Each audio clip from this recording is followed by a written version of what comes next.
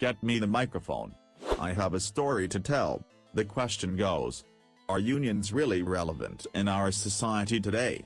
I will start by illustrating what unions are. Unions are organizations which represents the interests of their members. There are different types of unions covering all facets of works.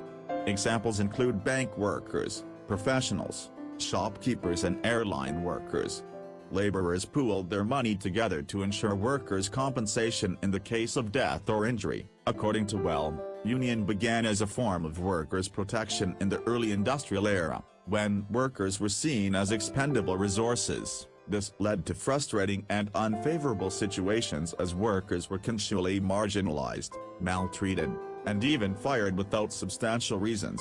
Employers are trying to shed responsibility for providing health insurance, reasonable work hours, good retirement plan and job safety protections. They are rather making workers' jobs and incomes less secure through part-timing, contracting out, and outsourcing offshore. People necessarily need oneness in voice, to keep institutions, government agencies and employers from making the workplace look as it did in the early centuries. Students, workers and professionals need a form of representation to express themselves to the school, employers and government institutions. Standards of practices and operation needs to be maintained for monitoring purposes. Without collective representation, workers, students and others will suffer as legislations may not be sufficient. Knowing that legislators are paid by the government what unions are independent, autonomous, sustained and paid by dues workers pay. Today, unions have played important roles in our country's economy and workforce.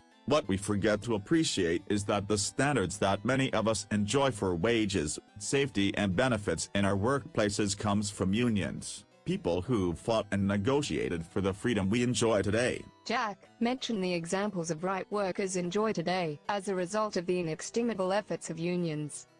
1. Right not to be fired for no reason. 2. Right not to be unlawfully discriminated against. 3. Right to have seniority respected and to return to job after maternity leave. Good. What about to our economy? Have unions really been helpful?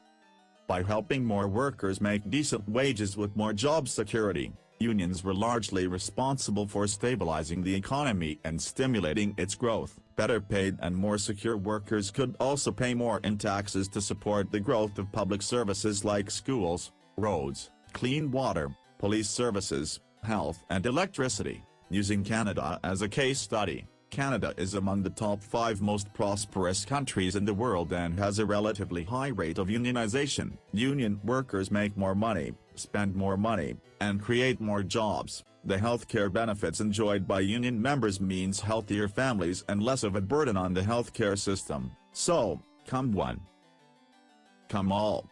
Let's support unionism in the interest of all.